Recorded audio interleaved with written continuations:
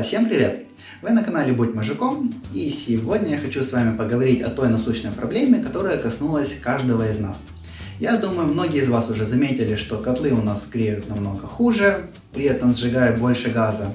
Наши чайники на плите греются намного дольше. Если раньше это было 3 минуты, например, сейчас это может быть 5, 10, 15 минут и так далее.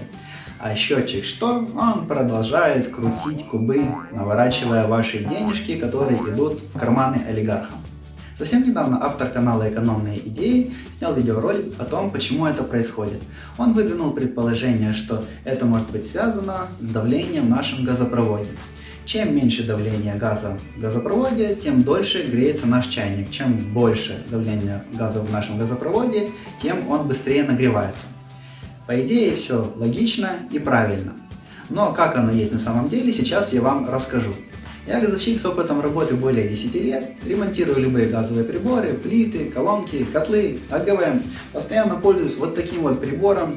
Это манометр, он измеряет давление в газопроводе, давление на газовых клапанах и везде. То есть с давлением я постоянно слежу. Кстати, если вам нужен такой прибор, я его заказывал на AliExpress. Ссылочку я вам оставлю в описании. Если вы проживаете в Одессе, вы можете вызвать меня к себе на дом, и я вам что-нибудь отремонтирую. Все мои контакты находятся в моем профиле Instagram, ссылка на Instagram находится в описании. Для начала поговорим об устройстве газового счетчика.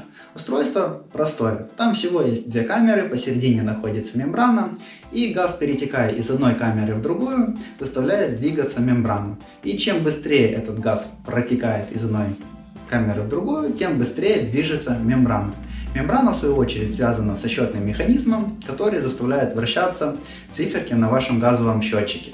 Так вот, чем быстрее движется мембрана, тем быстрее у вас идут показания. Соответственно, чем выше давление газа, а при большем давлении газа у вас газ будет проходить быстрее и циферки будут крутиться быстрее. Чем больше давление газа, тем быстрее просто у вас крутятся циферки. Отсюда мы можем сделать вывод, что давление газа никоим образом не влияет на ваши показания. Если у вас слабое давление, у вас счетчик крутит меньше, если у вас большое давление, у вас счетчик крутит больше. А теперь поговорим о типах счетчиков. Например, это у нас бытовой счетчик. Любой бытовой счетчик — это мембранный тип. Фирм, производителей счетчиков, тоже бывает огромное количество. Самгаз, Газдевайс, Галус, Шлюмберже, в общем, много. Все эти счетчики показывают, если грубо говорить, то неправильно. У всех счетчиков есть какая-то своя определенная погрешность. Один счетчик больше мотает, другой счетчик меньше мотает, поэтому даже сравнивая два счетчика от разных производителей, вы можете увидеть разные показания. Насколько мне известно, сейчас счетчики Elster самые более-менее точные, как мне рассказывают продавцы из магазинов отопительного оборудования. Может быть, они и правы. Точно вам сказать не могу, это надо спрашивать на заводе. Счетчики учитывают давление в газопроводе только при очень большой мощности вашей котельной. То есть есть такой измерительный комплекс Flowtech. Он учитывает температуру газа, который к вам приходит, он учитывает атмосферное давление, давление в газопроводе и показания счетчика. И в свою очередь, в зависимости от всех этих величин, он их конвертирует и пересчитывает, чтобы вы вдруг лишнего газа не потребили. Так вот, такие измерительные комплексы ставятся только на очень больших мощностях. Если даже мощность не очень большая, скажем так, а чуть меньше вот этой определенной мощности, то тоже устанавливают такие измерительные комплексы, но они не замеряют давление в газопроводе. Измерительные комплексы малой мощности учитывают только атмосферное давление и температуру газа и показания счетчика, и пересчитывают это как бы правильно.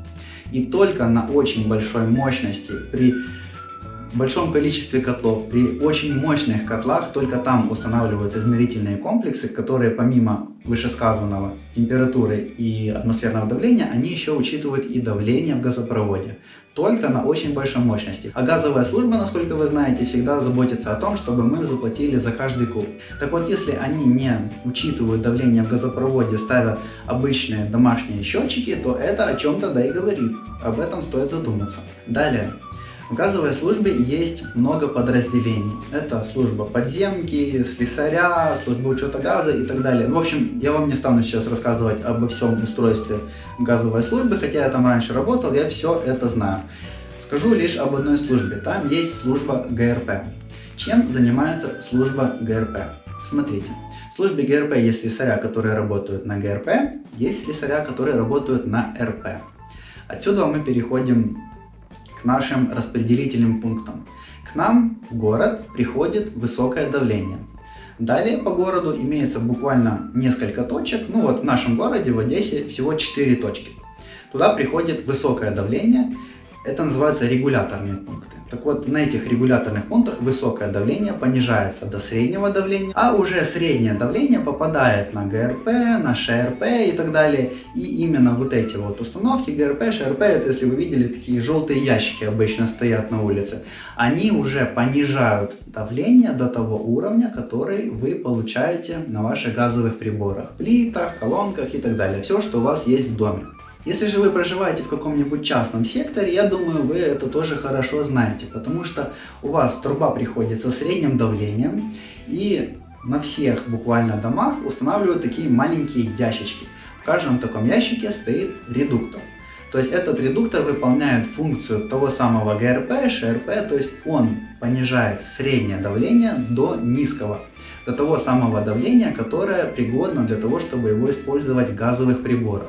То есть это давление вы можете уже самостоятельно в этом случае регулировать. Хотите, крутите больше, хотите, крутите меньше. А наша городская служба ГРП чем занимается? Почему я про нее начал говорить? Она занимается тем, что повышает либо понижает давление. Ну и соответственно производит наладку во всех этих пунктах, а также текущие ремонты и так далее. Так вот, важный момент. Летом давление газа понижается до 200 мм водяного столба, это 2 килопаскаля. А зимой давление газа повышают на 3 килопаскаля, то есть это 300 мм водяного столба. Это все делается планово. Это все делается ежегодно, даже по нескольку раз в год. Зима закончилась, давление понизили на 200 мм. Зима началась, давление понизили до 300 мм. С чем это связано? С тем, что люди начинают включать отопительные приборы, разбор газа увеличивается и, соответственно, проседает общее давление в газопроводе. Поэтому его поднимают. Поэтому говорить о давлении в газопроводе, о том, что оно стало ниже, неправильно. Следующий аргумент – это ваш газовый котел. Вот смотрите, на любом газовом котле, какой бы это ни был котел, старого типа, нового типа, настенный котел, напольный, вообще не важно, даже конвектор газовый, даже там есть газовый клапан. Любой газовый клапан – это своеобразный редуктор. И в этом редукторе мы можем регулировочными винтами выставлять давление на выходе такое, как нам нужно, то есть согласно паспортным данным. То есть даже управляя газовым клапаном, мы сами можем выставлять давление такое, какое нам нужно. То есть на него вы, например, подали 200 мм водяного столба, 300 мм водяного столба, сколько там в вашем населенном пункте, например, сейчас держат. Ну, по идее, должно быть 300 мм водяного столба зимой. Так вот, этот газовый клапан понижает давление до того, которое нужно в вашем газовом котле. Если выкрутить и выставить это давление неправильно на вашем газовом котле, то ваш теплообменник очень быстро прогорит. Этого быть не должно, поэтому все эти настройки делаются специалистами. Поэтому если ваш газовый котел не настроен, особенно он если не настроен по прибору, то скорее всего у вас будет и перерасход газа, и ваш теплообменник очень быстро выйдет из строя. Поэтому газовые клапана обязательно надо настраивать. То есть здесь вы опять же самостоятельно управляете давлением газа. Итак, друзья, еще один аргумент – это то, как работают ваши газовые плиты на разных типах газа. К примеру, если ваша газовая плита работает на природном газе, то у нее, например, форсуночка вот с таким вот выходом газа, то есть вот такого диаметра отверстия. Если она работает на пропане, то есть в сжиженном газе, у нее отверстие уже уменьшается раза в 2 или в 3. Почему? Сейчас я вам объясню. На природном газе плита работает при давлении 200-300 мм водяного столба, то есть 2-3 килопаскаля. Если плита работает на пропане, то есть на сжиженном газе, то ей уже требуется давление 3-5 килопаскаль, то есть это 300-500 мм водяного столба, то есть давление выше. И почему ставят меньше отверстия? Чтобы меньше газа через него проходило. Отверстия уменьшают специально. Почему? Потому что нужно, чтобы проход газа был меньше, то есть проток, расход сам газа через форсунку, чтобы он был меньше. Смотрите, то есть при маленьком давлении отверстие больше, при большом давлении отверстие меньше. Для чего это делается? Для того, чтобы высота пламени, которая у вас есть на комфорке, была правильной.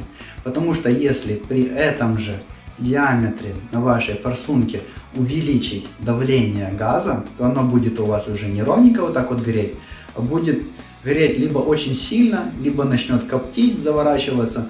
Ну, в общем, это будет уже неправильная работа вашего газового прибора. А как пример хочу вам рассказать историю, которая была у меня в практике. Я пришел к людям, и у них что-то происходило с газовой плитой. Смотрите, плита была установлена в подвале. Этот подвал, как вы понимаете, не имел никакой газификации, и поэтому там стоял баллон. После баллона стоял редуктор, и, соответственно, шланг шел к плите. Когда открываешь, буквально только подаешь газ на плиту, сразу же с какой-то комфорки начинается свист. Я думаю, что за ерунда? Начинаю разбирать, смотрю, а там просто вот газовый клапан, то есть там стояла варочная поверхность, на которой есть газ-контроль на каждой комфорке. Так вот, я ее когда открыл, клапан, который должен был держать газ, не держал. Я его закрывал, то есть пытался с ним что-то сделать, собирал обратно, открывал баллон, на другой комфорке начиналась та же самая история. Опять клапан открывался, начинался свист через комфорку. То на третий. И так постоянно, как на пианино. Так трин-трин-трин-трин-трин-трин. То есть все клапана начинали, то один не держал, то второй не держал.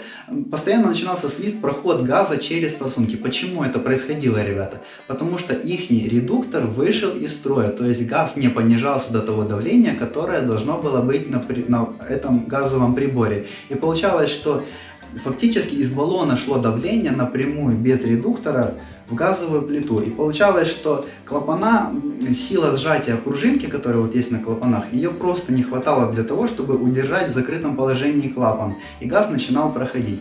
То есть это, опять же, я вам говорю о давлении газа в газовых приборах. Соответственно, если бы оно было у нас слишком низким, и точнее, если бы его даже нам дали слишком большим, больше, чем у нас сейчас есть, то у нас бы с плитами просто кошмар бы какой-то произошел. Уже бы, наверное, все дома на воздух повзлетали. Так, представьте, если у вас на плите вдруг самопроизвольно начнет газ проходить вот через комфорку, вылетать, а вы его даже поджечь не успели. Это же... авария может случиться. А в каком случае у вас может быть низкое давление ниже, чем оно есть в магистрали? Только в том случае, если вам сделали некачественную врезку. К примеру, взяли, приварили резьбу к трубе, там просверлили отверстие маленьким сверлом и подвели к вашему газовому прибору. Вы его, например, зажигаете, у вас раз, о, отлично, все работает. И буквально через пару секунд пламя начинает уменьшаться. Или котел вы зажигаете, он горит, потом резко... и все. И не может прогреть вашу систему. То есть это обычно связано именно с некачественной врезкой. Либо же сварщик начинал обваривать стык, и вот эти вот все сопли, они протекли и перекрыли половину протока газа. То есть если у вас плохой сварщик вам сделал врезку, то это либо маленькое отверстие от самого этого сверла, которым он сверлил, либо же это некачественная сварка и маленький проток газа. Ну а сейчас, ребята, я хочу сделать же наконец-то вывод. Так в чем же, собственно, проблема? Почему у нас с вами стало качество газа хуже? На самом деле все очень просто. В первую очередь, от чего зависит качество газа? От месторождения. Если вы посмотрите, поинтересуетесь, ну, в принципе, в любой литературе это есть, по-моему, даже в кодексе газораспределительных систем это есть. Заходите в интернет и смотрите, открываете месторождение. И смотрите, на разных месторождениях, в разных городах качество газа разное. На что нужно обращать внимание? На процент содержания метана. Чем выше процент содержания метана в вашем месторождении, которое ближе к вам, тем качественнее будет ваш газ, тем меньше вы его будете потреблять, соответственно. Если вы живете ближе к какому-то некачественному месторождению, там, где процент содержания метана ниже, там у вас будет расход выше. То есть все зависит от месторождения, это в первую очередь. А также в нашу газовую магистраль подмешивают различные биогазы, сланцевые газы и так далее. Все, что сейчас у нас искусственным путем добывают. Об этом официально пишется в кодексе газораспределительных систем. Соответственно, у этих видов газа калорийность совсем не такая, как у тех видов газа, которые добывают из официальных месторождений. Там, конечно же, процентное содержание метана выше. И за счет вот этих всех примесей, за счет смеси этих газов, сланцевых и всего остального, тоже теряется калорийность нашего газа. Кстати, очень интересно об устройстве газового счетчика рассказал автор канала «Все о газе в быту». И именно он мне передал эстафету, чтобы я рассказал, что я думаю об этом давлении газа. И вот я вам, в общем-то, рассказал о давлении газа в магистрали. Так что я надеюсь, что вам видео понравилось. Всем пока и до новых встреч, друзья!